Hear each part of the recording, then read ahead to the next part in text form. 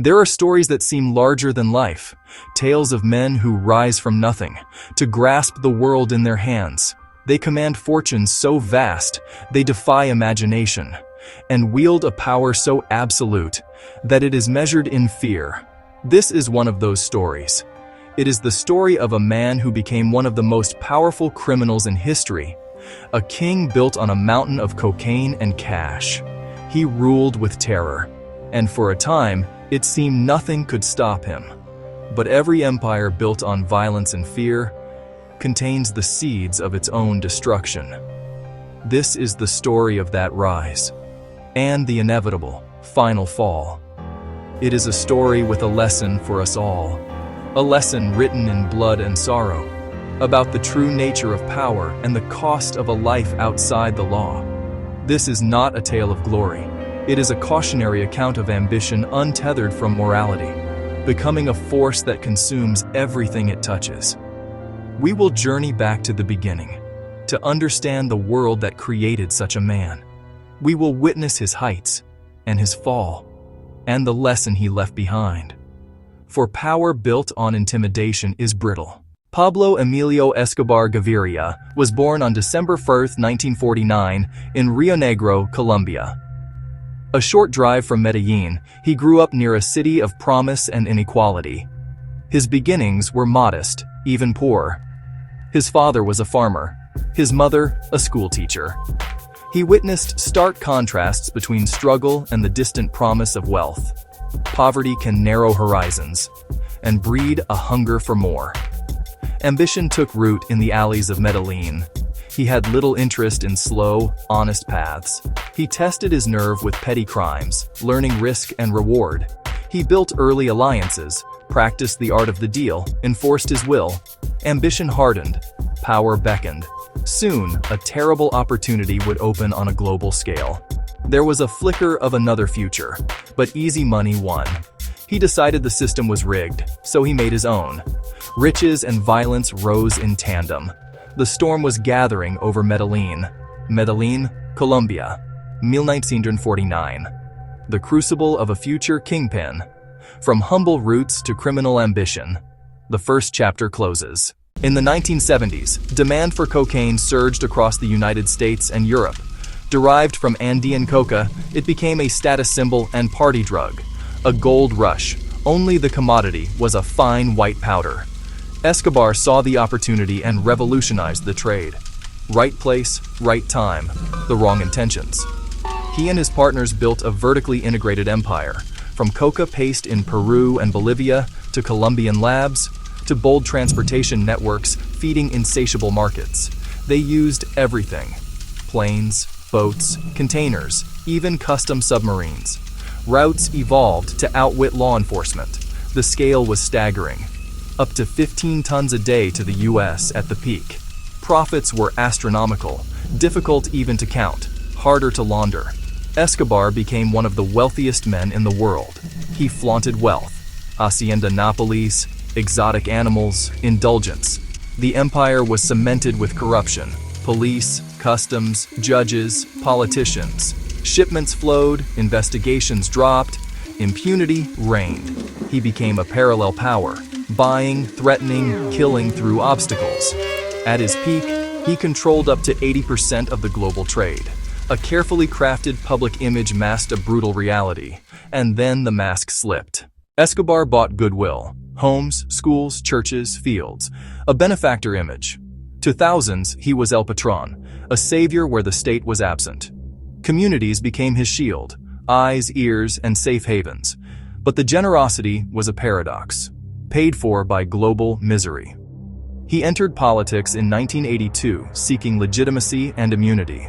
The facade ripped away, revealing the tyrant beneath. His rule distilled to one ultimatum: plata o plomo, silver or lead. Accept the bribe or face a bullet. When Minister Rodrigo Lara denounced him in 1984, he was assassinated. War began. Escobar sought to stop extradition to the US, escalating terror. Car bombs and attacks hit government buildings and public spaces.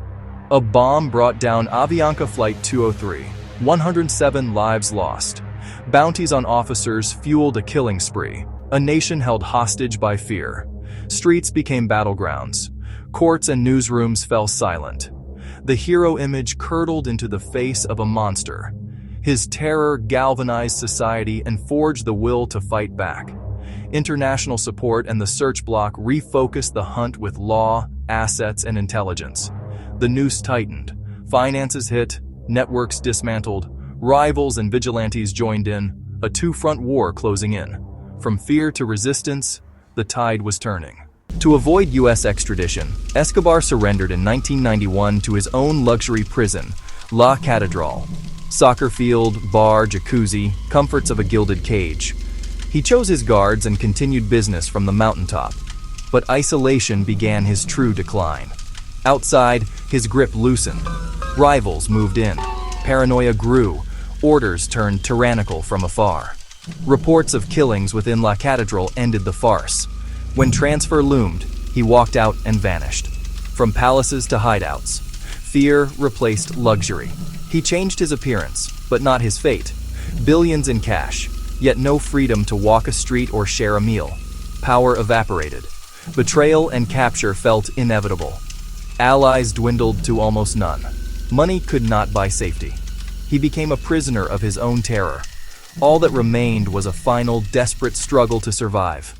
The end was closing in.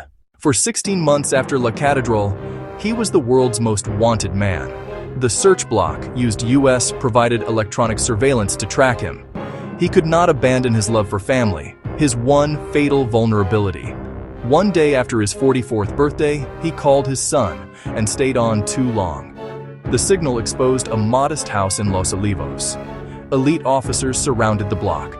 A short, intense firefight erupted. Escobar and his bodyguard fled onto the rooftops. There was nowhere left to run. Shots rang out across the quiet neighborhood. In the exchange, both were hit. Escobar fell. His reign was over. A moment of profound relief. Not a glorious end. A lonely, squalid one. His death did not heal the wounds he left on Colombia.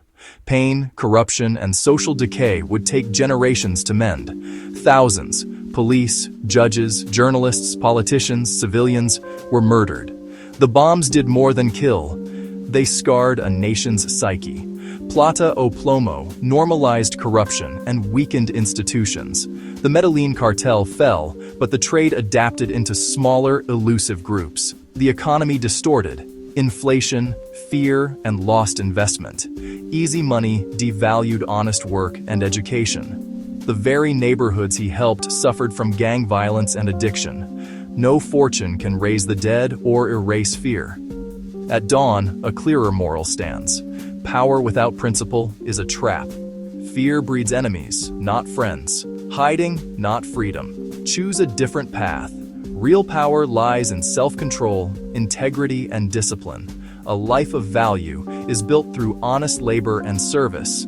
Its rewards, peace of mind, real relationships, lasting self-respect. We must also fix what breeds crime, poverty, inequality, and lack of opportunity. Build schools, healthcare, dignified work, starve crime of recruits. Escobar had unimaginable wealth and lost everything that truly matters. He died at 44, a hunted fugitive. Let his life be a warning. Choose the law. Choose compassion. Choose the steady, honest life. This has been Real Koncept, real stories with real lessons. Subscribe and watch the next video to continue the journey. Build, do not destroy. That is power that endures.